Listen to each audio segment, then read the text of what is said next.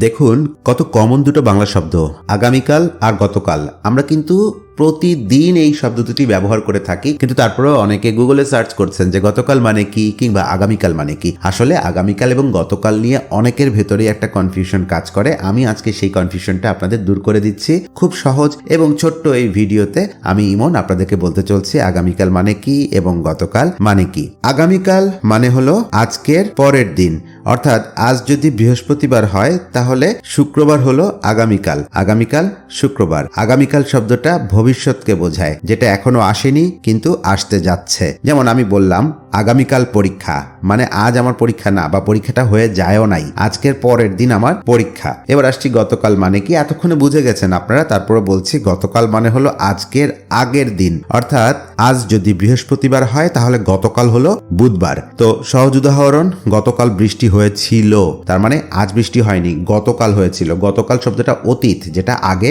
ঘটে গেছে। গতকাল হলো স্মৃতি আর আগামীকাল হলো আশা।